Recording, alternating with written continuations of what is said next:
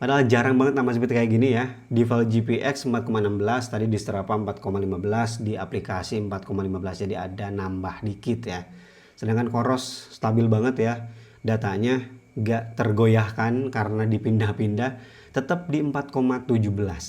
Yang lebih sesuai atau yang lebih mendekati adalah Assalamualaikum, apa kabar semua? Kembali lagi bersama Rizal Fauzi. Kita bakal coba benchmarking T-Rex 3 Pro 44 mm dan juga Apex 4 42 mm. Saya sudah melakukan pengetesan lari ya menggunakan kedua smartwatch ini. Mana yang lebih lengkap metrik datanya, mana yang lebih stabil bakal kita bahas. Tapi sebelum ke sana, saya mau senggol dikit dong ya soal desain dari kedua smartwatch ini. Kedua smartwatch ini mengusung desain yang sama-sama rugged. T-Rex seri rugged Amazfit, Apex seri rugged juga nih dari Coros. Kalau kalian sendiri lebih suka desain mana? T-Rex 3 Pro ini atau Apex 4 42 mm ini? Drop di kolom komentar. Desain boleh lah ya beda selera, tapi soal durability dan juga material ada pembeda ya dari kedua wearable ini. T-Rex dan juga Apex ini sama-sama pakai titanium murni grade 5. Jadi untuk ketahanan, keringanan ini cakep banget. Begitu juga untuk bagian kacanya udah tahan goresan. Sama-sama menggunakan safir. Titaniumnya juga sama ya, gak keseluruhan body. Bagian bezel atasnya, tombol-tombolnya, bagian belakang juga enggak. Jadi ya mirip-mirip aja gitu ya. Nah, yang jadi pembeda dari kedua wearable ini yaitu ketahanan air laut. Jadi kalau kita bicara ketahanan air laut, T-Rex 3 Pro di sini unggul ya, karena udah dapat sertifikasi diving sampai 45 mm. Milimeter, 45 meter. Sedangkan Coros Apex 4 ini hanya untuk air tawar saja ya, tidak bisa digunakan untuk diving. Untuk ketahanan airnya Apex 4 ini diklaim sampai 10 ATM. Oke, sekarang kita langsung aja ya masuk ke segmen pertama yaitu lock posisi awal. Kita masuk ke jenis olahraga, kemudian ambil lari di luar ruangan 1, 2, 3. Titik FF ya.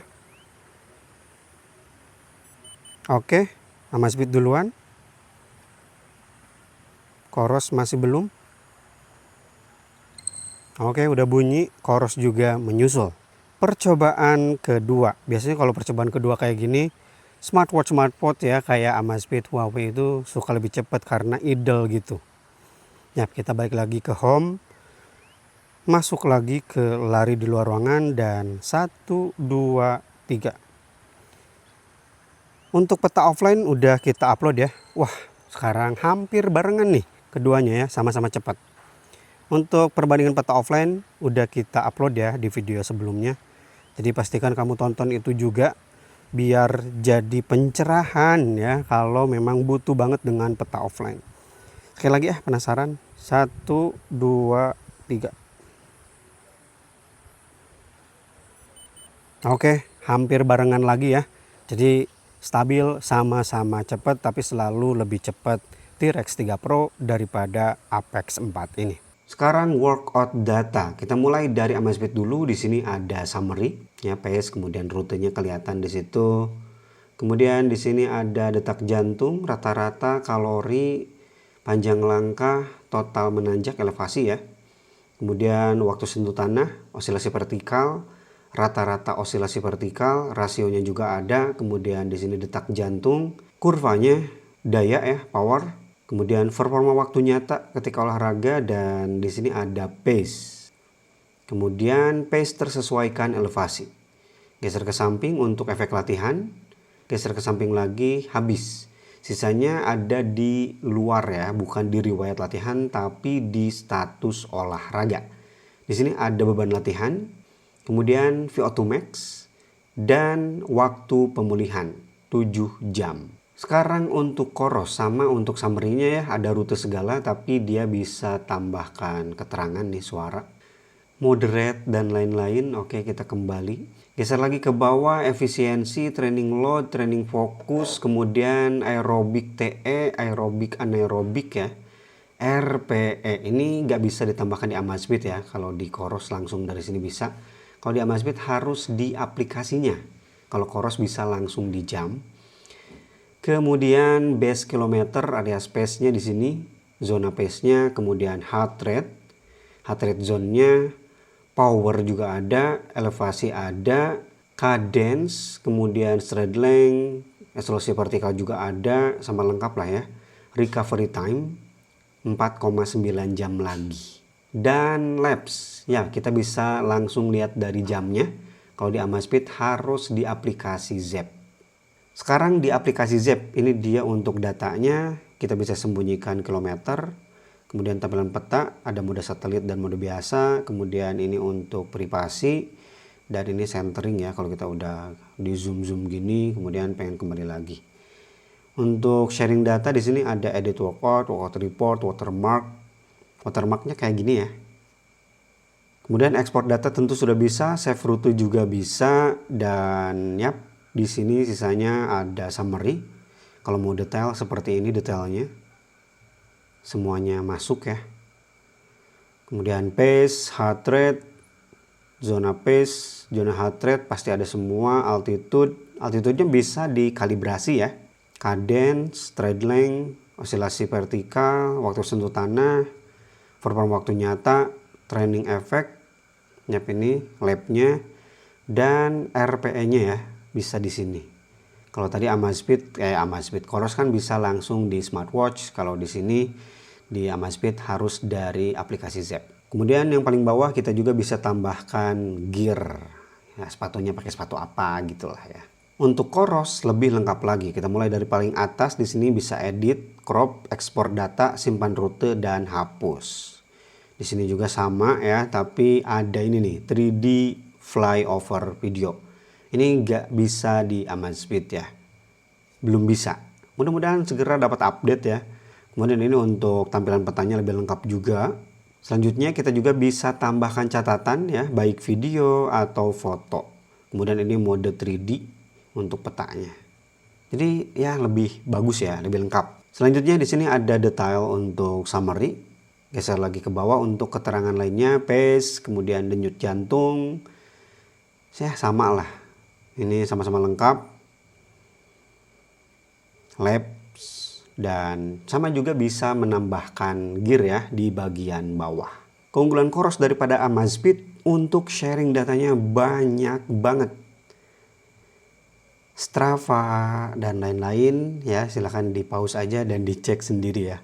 Sampai We Run Fitness ada. Amazfit juga banyak ya, tapi nggak sebanyak Coros tadi. Health untuk Apple ya, Strava, Relive, dan lain-lain sampai intervals.icu. Sekarang ke Strava. Untuk Amazfit T-Rex 3 Pro ya, ada keterangannya di bagian bawah. Kemudian 4,15 jaraknya dan tidak ada pajak. Tetap ya, sama 4,15. Coros juga gak mau kalah ya, datanya gak ada pajak-pajakan, 4,17. Di aplikasi Coros juga sama, 4,17. Nah, tapi untuk data di Strava dari Coros itu lebih lengkap ya. Pertama di sini ada keterangan from Coros dan juga training load.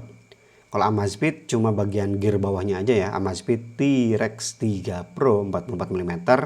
Tidak ada training load, tidak ada juga branding Amazfitnya. Sekarang kita lihat full benchmarknya. Nah, Amazfit di sini kosong ya untuk active lab, sedangkan Coros itu selalu ada. True. Saya juga kurang begitu paham ini keterangan apa ya. Tapi Coros selalu ada, sedangkan Amazfit, Huawei di sini selalu kosong. Kemudian untuk elevasi di sini merah ya, perbedaan kerasa banget sampai 70%. 50 kenaikan Amazfit, sedangkan Coros mencatat 24.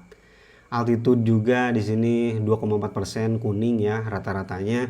Dan untuk yang warna merah ini yaitu untuk cadence, di sini cuma beda datanya aja, beda kodenya ya. Di sini 75 rpm, sedangkan di sini 152 rpm. Harusnya bedanya kecil ya. Ini dikali 2 harusnya SPM ya. Ini datanya SPM tapi keterangannya RPM. Ini datanya RPM. Padahal lari gitu ya. Berarti kali 2 jadi sekitar 150 ya. Cuma beda 2 RPM atau SPM saja. Jadi sebenarnya merah di sini gara-gara ini doang ya. Yang padahal perbedaannya sangat-sangat minim. Untuk average heart rate sama persis ya di 144 bpm, 0 bpm perbedaan. Kemudian average pace beda 1 detik lebih ya, hampir 2 detik. Average power yang beda banget nih, sampai merah juga, beda 34 watt. Lihat data Coros begitu lengkapnya di sini ya. Padahal Amazfit juga ada, tapi di file GPX-nya malah kosong. Ini kan ada tadi kita lihat ya, bareng-bareng di aplikasi ada, di jam tangannya juga ada. Coros tetap masuk. Untuk jarak yang ditempuh ya, ada perbedaan 16 meter. Mana yang lebih akurat nanti bakal kita bahas detail. 4,15 di Amazfit dan 4,17 di Coros. Maksimum altitude juga beda jauh ya, 24 meter. Kemudian untuk maksimum heart rate beda 1 bpm saja. Dan Coros bener-bener ada semua datanya nih. Amazfit beberapa kosong tadi di atas, sekarang di sini ada juga kosong ya, maksimum osilasi vertikalnya. Padahal sekali lagi di aplikasi dan juga di jam tangannya ada, tapi di file GPX kosong. Sekarang data tracking GPS-nya mana yang lebih stabil? T-Rex di sini warna oranye, Apex warna biru. Kalau lihat dari sini keduanya sama-sama smooth ya. Ya, udah dual band dan juga dari brand gede, kemudian harganya juga tinggi ya. Nah, titik start saya dari sini, Coros agak terlalu ke belakang, sedangkan Amazfit agak terlalu ke samping. Keduanya sama-sama keluar dari jalur. Sama sih, di sini Coros lebih dulu untuk membenarkan posisi ya. Lanjut, wah rapi keduanya, cakep. Wah, ini cakep sih. Keduanya sama-sama membaca dari sebelah kiri jalan ya. Di banyak pepohonan gak ada yang error juga, nice. Ini menyenangkan kalau kayak gini ya. Kemudian untuk di tikungan ini, tikungan legend yang selalu error ya. Di sini Amazfit sedikit lebih rapi, tapi sebenarnya sama error juga. Coros terlalu ke tengah. Di sini juga sama ke tengah, tapi kemudian dibenerin lagi ya posisinya. Minim sekali nih errornya, bagus banget. Sekarang langsung aja ke titik percobaan belok-belok ya. Kita mulai dari belokan Tugu ya. Di sini Amazfit lebih rapi, sedangkan Coros di sini nabrak Tugu. Yang kedua di belokan ini keduanya bareng ya, sama-sama error, sama-sama terjadi penyimpangan ke tengah jalan. Kemudian di sini lebih akurat Amazfit. Belokan ini juga sama ya, lebih akurat Amazfit. Langsung aja ke titik finish sama-sama ya, titiknya bareng di situ, nice banget.